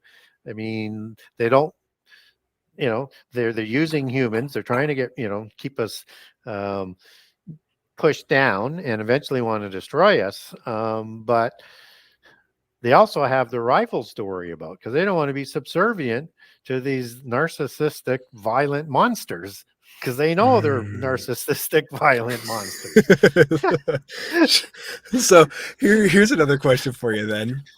And only because we've seen during Hitler's I guess Third Reich, when they were working so hard to delve into the arcane, and really aided and abetted by Luciferianism, the writings of Friedrich Nietzsche as well, that have been sort of twisted by his sister, that Hitler got a hold of there. And we have, some schools say it was the Anton LaVey school of Satanism, some say it was the Aleister Crowley school. What we do understand is that they got so heavy into the arcane, and as a direct result of that, we had conjurings and powers released that we'd never seen before. And like you'd mentioned, post World War II, there were things that were now here to stay. Do you think we'll see, just given that we have souls down there into the pit, do you think we'll see a like I don't want to say the soul, but like that spirit of Hitler rising back up out of that pit as well? Stalin, Khrushchev, got like Mao, like them reanimated within corpse. Do you think this will be localized just to demons and the fallen angels? Yeah. If anybody could be like raised to possibly a Nimrod type status, or Antichrist, or a terrible one status, Hitler could be, right? Whether he is or not, we don't know. And he is a human, so he just may suffer the second death. But we also know some humans, as with the mark of the beast, will suffer the lake of fire. So Sure. there's a threshold that could be crossed. So I would leave that door open. But Yeah. World War II is a direct analogy for the end time. Just it didn't have enough time and enough technology to get there. But the Antichrist wannabes are always trying to bring about that new world order and that world government ahead of time. And so it's more than these low-level societies that people say with like Crawley. Were they in the mix? Sure. But Nazism was a bringing together of secret societies and theosophy. And they perverted theosophy to Ariosophy, which was the name of their Third Reich religion that became the official religion in 1933. And it's an Mhm. Aryan religion, right? And it is a religion that invoked Vril and Volkish ideology, with the understanding that they descended from the giants or the Indo-Aryans of Tula, which is a Norse Atlantis. And they're the blonde hair, blue eyed variety and they were trying to backwards engineer to recreate these giants, which is the idea of the blood. And in the meantime, they were intermarrying to create the, uh, the new man or the new Nephilim, Mhm. all things that are going to happen in the end time. But, and you had this rush to initiate Hitler to a level because he's going to be the leader by all of these other high level adepts. And that's why he's taken in um, and initiated. And the Nazis said that they received all of their knowledge from their invisible masters that they talked to. The adepts would talk to them. And so in 1933, Germany's bankrupt, no army, and they come out with Blitzkrieg, an art of war not seen before. They create the weaponry with the Panzer and the Tiger tanks, Mhm. which is still the model that we use today that was so far advanced, it could have single-handedly won the war if they could produce enough. And of course, they couldn't. They received knowledge to build the rocket engine, the jet engine, the single weapon, this interdimensional bell-shaped thing, as the mythos goes. Mhm. And they said that My knowledge was Glock. given to them. Yeah. And they created an antichrist type figure, and Hitler was that Fuhrer, a messiah messianic figure as you take that word back in its meaning, and that they created a holocaust against the people of Judah and would have created genocide on other races given the time. And they wanted to set up 1,000-year reign with Hitler and his dynastic family ruling over it. That's why I devoted my longest chapter in book one to it, because it tells us what it's going to look like, because nothing is new under the sun. It's Yep. the same organizational structure of all the beast empires past, Atlantis, and all the civilizations and empires before the flood. It's the same organizational structure because nothing is new under the sun. Man, and isn't it just a crime that we have this book, and we have 66 books penned by over 40 different authors spanning 2,000 years, which gives us the play-by-play of all that's gonna happen, and yet so few people are actually ingesting it. And not just ingesting it, but ingesting it with with an air of seriousness about them. Because like the reason why I even brought up, Yeah. the possibility that we might see like the soul of Hitler return to reanimate this being fit for him is because we have mentioned within the scripture in more than one place we hear about someone coming in the spirit of Elijah, and then even Jesus says, "And Elijah is yet to come," and this is after the Yeah. transfiguration when he mentions that, and he said, "Well, he's already been here Yeah. again," and that was John the Baptist, and he's still yet to come. It sort of stands to reason that you could Yeah. see these tyrants from history reemerging again if that pit is indeed ripped open and they're stuck down there now released again. Yep. Yeah. With a, they have an immortal spirit and it doesn't sleep. So it's in prison or it's wandering the earth as a demon, or somehow they made it to the other world to be with the ruling council of the gods in Hades or Sheol, which is in another dimension, which is the portal technology that was common understanding shortly after the flood and before the flood. That's the technology that includes AI and quantum computing, and throw in some crypto things in there because it's all about geomancy is when you start to get into portals. Mm. So I want to throw a little bit of light inside here because we're in a very heavy place right now. But you mentioned something that I really loved, and you talked about this with Josh Peck as well. And you talked about God's timeline and the Lamb's Book of Life, and everything being timed out by God because He's waiting for all those names inside that book to actually be made permanent or blotted out. The passage of scripture is from 2 Peter 3:9, where it says, "The Lord is not slack concerning his promise, as some men count slackness, but is long suffering toward us, not willing that any should perish, but that all should come to repentance." Um, and so I wanted to get your take on this because I understand when it talks about having one's name blotted out of the book of life, that all our names are in there to start. And then based on whether or not we decide that we want to receive the Son or not, that name is either made permanent or it's blotted out. Um, it sort of throws a wrench into the works when people get into the idea of predestination and, well, God's destined people for hell.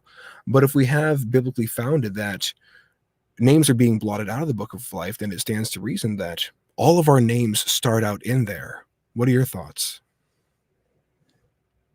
Well, and they do because they're put in there before creation, as you follow all of the Book of Life passages throughout the Bible. But that doesn't mean they will remain there. And everybody has that opportunity, and God intercedes to make sure that that opportunity happens. Mm. Now, I also think that in the Book of Romans leaves the door open for people who didn't come to Christ because they didn't know of Christ or didn't know of God. And then, as it talks about there in the time of the judgment, what they believed they'll be held accountable to, because we all are born with this consciousness, right? Doesn't just because you haven't heard Christianity doesn't mean you don't have the spirit that comes from heaven, right? Because you do. Mhm. And so you'll be held accountable by your own set of laws. And so there's a door open there that not all those in the final resurrection are automatically sentenced to the second death or to the lake of fire. Um, but there's a small crack open there that suggests that, God, as the Alpha Omega, he can spin if he wants. And who are we to argue? He's all knowing. And that's Mhm. the part that we need to understand. He's Alpha Omega in terms of coming back to the question, and that there is free choice. Angels had free choice, even though they were created immortal and had great knowledge of God. Humans have little knowledge of God and were created mortal, and that we will be raised higher than angels as the inheritors of eternity and the angels who will be helping us in eternity because it's a greater challenge. And that God lets the angels do everything through free choice, except where it puts the names of the book of life at risk. Mm. And that he permits humans to have free choice. It's not God causing all of the horrible things on earth. It's the fallen angels who created the belief system and the wisdom of the world, and the spurious offspring and the followers of the fallen angels, and all of us who contribute to how bad this world is. We make it that way. God doesn't make it that way. This isn't his way. Things could have been done differently with Adam and Eve. Things could have been done differently with at the time with the restart of Noah. Things could have been done differently with Israel through the blesses or the curses. It's through free choice that we're suffering through the curses of the Holy Covenant, the curses of all of the covenants, versus the blessings where none of this had to happen this way. But he lets it happen through free choice because he's greater than free choice. He's the Alpha Omega. He knows every which way it could happen. And that just because he knows whose names will be left in the book of life, he doesn't force you to make the choices that you make to have it blotted out. Mhm. That's our free choice, angelic or human. And that by inference, you'd also have to say then that there's a separate set of names that would have the same set of choices in the millennium. Because after 1,000 years of Christ and the great rule that one thinks that this has to be in direct comparison to the last 6,000 years, people are going to rebel when Satan is released for a very short period of time, and they're going to march on Jerusalem again, because nothing is new under the sun. You let this thing continue, it always has the same sort of result. And I think it's a humility aspect for humans that we are no different than the angels, and that even after we know intimately Jesus and God, some of us will still rebel. Mm. So, wow, it's heavy. It's heavy stuff. I was trying to go lighter note there, but darn it, we went right back into it again. Yep. And that's why you So, have the final resurrection after the millennium, mhm, before yep. you go into the new heaven and new earth, right? And the So, earth is finally fully destroyed then and then remade. So yep. here's a question for you, and this came up when I was reading through Birthright by Timothy Alberino, and then just in talks that I've seen with him and a little bit of what we discussed. But you have this moment inside Revelation 9, and this is when we have people being stung by these chimeras that have come out of the pit now. And it says in verse 5 through 6 says, and to them it was given that, let me pull it up here. It said, to them it was given that they, let me hit it here. Here we go. And to them it was given that they should not kill them, men, but that they should be tormented 5 months. And their torment was the torment of a scorpion when he striketh a man. And in those days shall men seek death and shall not find it, and desire to die, and death shall flee from them. I wonder, and I know Tim has hypothesized this as well, that come this point in the end time scenario, that we will have essentially achieved a sort of pseudo immortality in sort of the sleeve type sense that we see within Altered Carbon, or the ghost in the shell type sense, where people are able to transplant consciousness into a body that doesn't die, or that they have, through receiving of the mark, completely altered their DNA, like you and I once talked before, so much so that they are no longer constituted as human and have this essentially undying body, or at least undying in how we would think of it, and they're going to want to seek death but be unable to because they have achieved that. But that realization and setting in of what they've done hits them. Where do you line up on that? I think the first thing that I would suggest is that the timing doesn't fit the mark of the beast. It's before the midpoint of the last 7 years. Now, Okay. the mark of the beast technology is put in place by Babylon. So you'll have that almost finished technology, but Antichrist will take it to a different level. So that part I would, sort of part on, but Okay. the rest of it is very, very relevant for me in terms of how we understand that. And they're not allowed to sting the people who have the seal of God on them. So who are the people that have the seal of God on them? One is the 144,000 that are going to be part of preaching the gospel before the end comes in the first 3.5 years. The ones that are seen in heaven in Revelation 14, before you get the summary of the major events in exact chronological order for the last 3.5 years at play, Revelation 16 through 19. And the rest, I think, though, is does that mean then that only they have that special seal? So even if we're still here, and I think we are, I don't know, other people think we won't be, because this is before the midpoint, but after the start of the last 7 years, is that are we going to be stung by that if we're here? And will That's a we good suffer the question. same thing?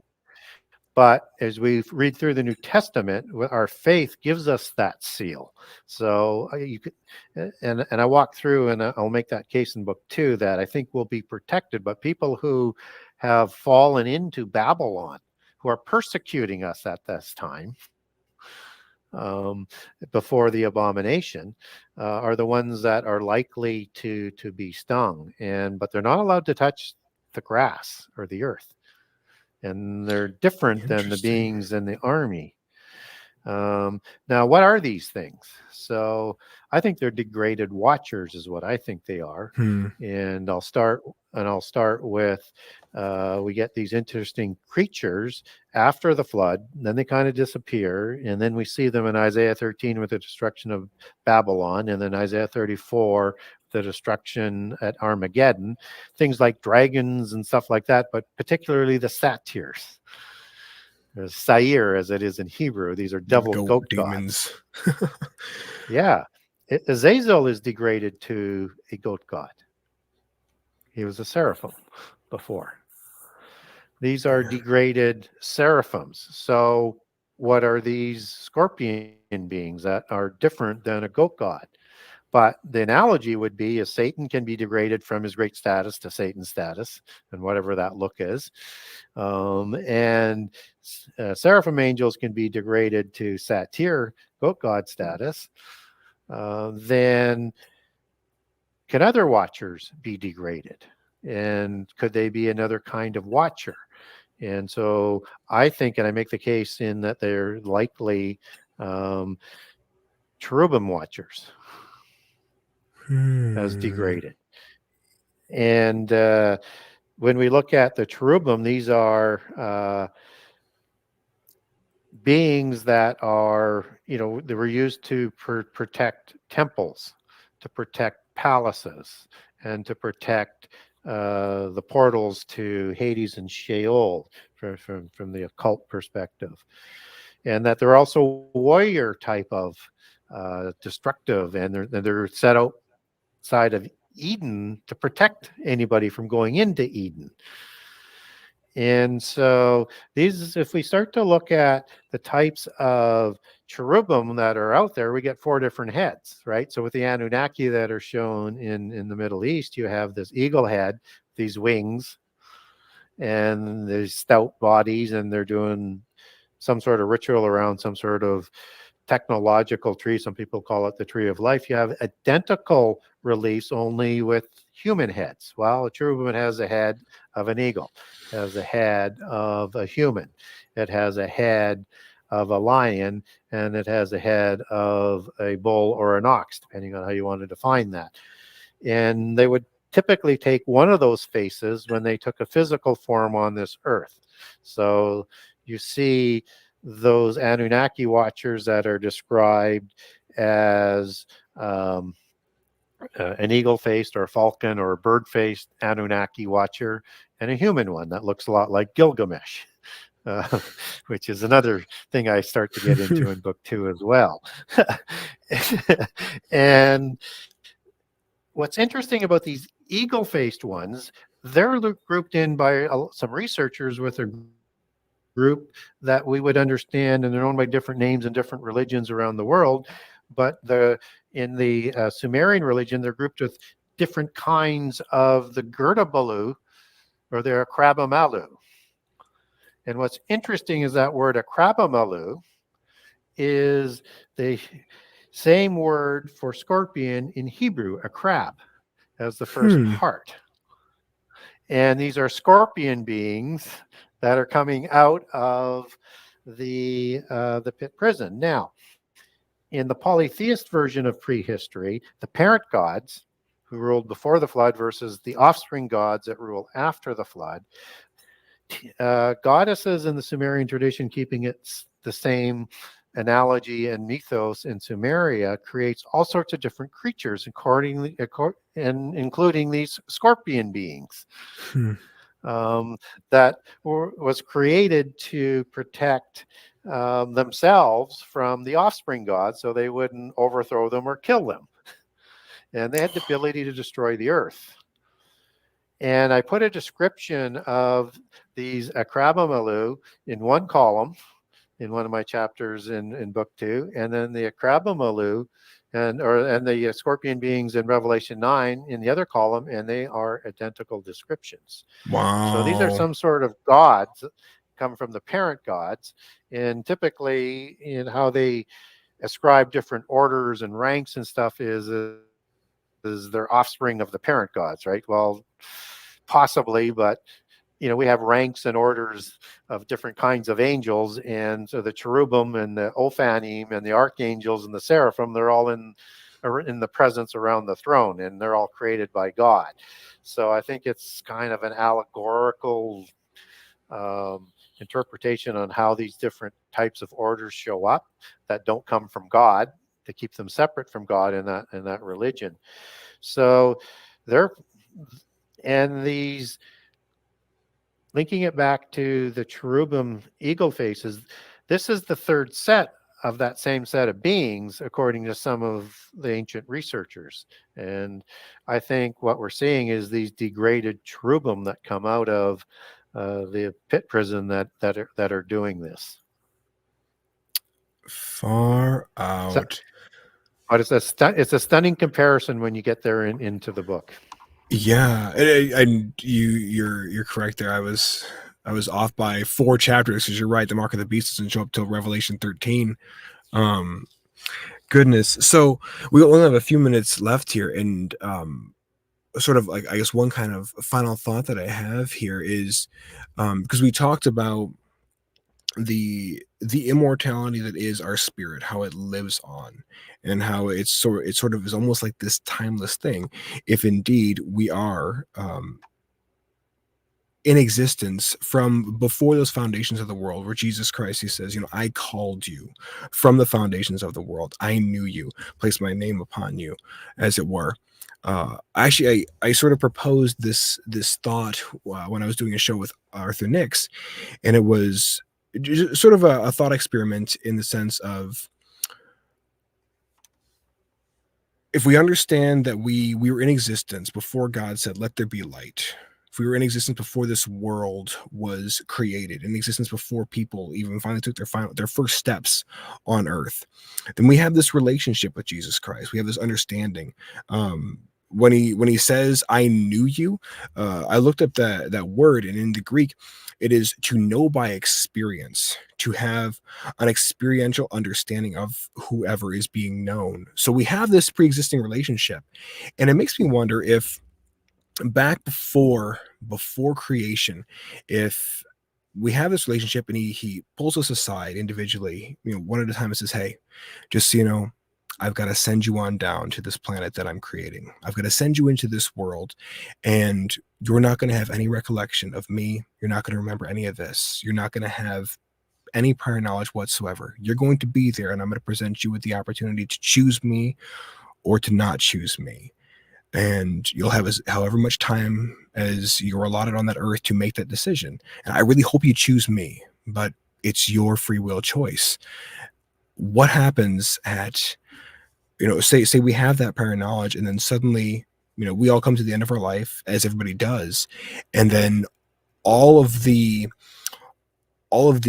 cloudiness and the shroud that might be before our mind is suddenly lifted, and we're, boom, endowed with knowledge and understanding like we've never had before, and suddenly, boom, it comes slamming back into people. Oh my gosh, I had a relationship with Christ before he said, "Let there be light," and I didn't choose you. I didn't choose you. I knew you, but I didn't choose you. And they're now faced with that understanding and reality for the rest of eternity. As Chuck Missler put it, hell is being completely and utterly hopeless.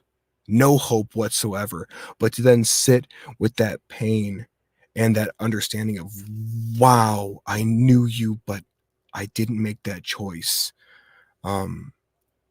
To quote Chuck again, one of the things he was fond of saying is, people won't be in hell because of their sin. They'll be in hell for rejecting the provision that God's made for their sin. And just throughout, the conversation we've had tonight, we've really delved very heavily into that spiritual realm, the understanding of beings that operate on dimensions and planes that we can't even imagine, but to have that possibility that we were once there as well, with this experiential understanding of Christ. It sort of puts a much heavier weightiness on, I know, at least for myself, when I imagine that possibly being the case. I don't know what your thoughts are on that, But that's sort Well, of where I'd like. it's certainly possible, because we don't get scripture on that, that I'm aware of. But what we do know is that, um, the Word created all things, all beings, at the command of God. So even the angelic order, as according to Colossians 1. And so he would know each individual spirit as the creator Mm, of all the beings. Now, whether or not there was a conversation with any of those beings, angelic or human, we're not told that. Um, yeah, and my if you only wanted foundation for to, that is and it, Ephesians. yeah, and if, yeah, no, and I was just to finish, and if to have total free choice, you couldn't have that knowledge, and you would all have to be created in the same way with the same instructions, including the angels, for Yep, that and free choice. that's why I say, like, we like you Uh, rightly said, we don't have any founding for that. All we have is that verse, Ephesians 1:4, where it says, "For he chose us in him before the foundation of the world to be holy and blameless in his presence and love." And it kind of, that seems to me to almost sort of, because we're all created perfect, right? yeah, and it seems to me that that fits very well with the idea that all of our names are put down in that Lamb's Book of Life Yeah, initially, and then through yeah, our choice, it's either kept there yeah, or blotted out. yeah. And it's one of those interesting, speculative things to talk about for sure. And Mhm. I don't know, but we all wake up and we have to find our own way in this world. And it sort of goes to one of my core sort of beliefs, is that we should learn everything we can to make an intelligent decision, because no Mhm. decision is still a decision.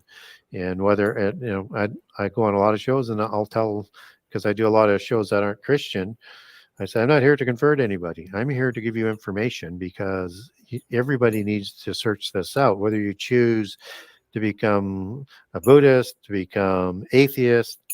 I'm here to supply information. I hope with the information that I provide that you're going to look at the Bible and to start your path to God. But you're here to make your choice. I'm just here to give you information. So I encourage people to dig deep and to make intelligent decisions on these things. And the thing is we don't know everything, and that's part of our different existence than what the angels had. Not that the angels knew everything, because they didn't know about the resurrection, as First Corinthians talks about, unless they wouldn't have had Jesus crucified. um, Yeah, right? and so they don't know everything, but they did know God intimately and reported to them him on a regular basis, and yet they still rebelled for some reason. So it's interesting discussion for sure, but I try and focus more on what we do know than what we don't know. Yep. So Fair, fair. Well, I think that's probably about time for us, folks. Gary, thank you again so much for joining us on stream tonight. This has been a lot of fun, lots of incredible insights, and lots of questions answered, not just for myself, but I'm sure a lot of people in the audience. Um, I just want to one more time direct y'all out there who have enjoyed the show tonight over to Gary's website. It is genesis6conspiracy.com. Pop on over there. This is one of the few times where literarily you get to try before you buy. Check out the books and the incredibly generous excerpt that he has of every chapter from both books. I think it's 96 chapters in the first one and 84 in the second, I believe. close, Um, 98 on the first, 98, 84 on the 98. second. So yeah. Um, so jump in there, folks, and snap yourself up a copy. You can get them either from the buy now section on his website, or you can pop on over to the Genesis 6 conspiracy page on Amazon, and you can grab your copy up there. And be sure to leave a review here.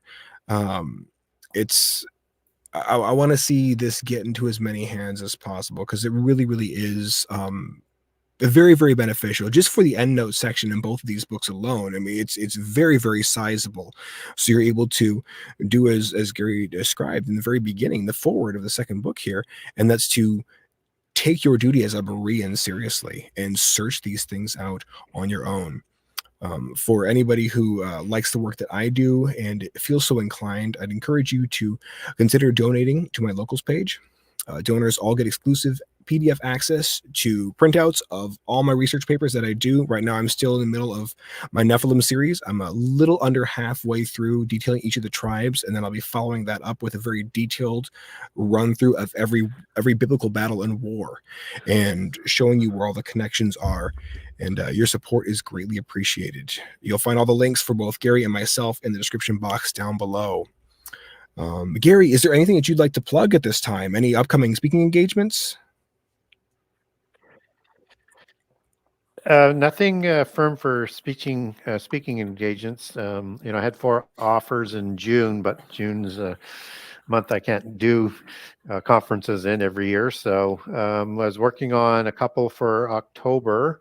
I have one confirmed for May, but nothing on the books right now. But the biggest thing for me is audiobooks coming out on book 1, hopefully by end of June, early July. And book 2 by September. There will be a link on my page to go over to Amazon ACX, where it'll be available through, just as you can link over to get Kindle off my website or to Amazon.com. You can go right to the page if you do that. And it's going to be only available through Amazon at this point in time. And just excited that we're going to have such a difficult book to produce in audio done, and for both. So it's been a long road to get there. Lots of times I thought we had it done, and it just it's so complicated that after agreeing, they would say, no, we're just not prepared or capable of doing this. So, Gosh. so I'm very happy where we're at with it. Yeah. Excellent, excellent. Well, again, thank you so much. Thank you, everybody who watched the show tonight. Please like, subscribe, share, smash all those buttons. Be sure to snap up a copy of either of these 2 great books here. Until next time, have a awesome rest of your evening and an even better weekend. God bless you all.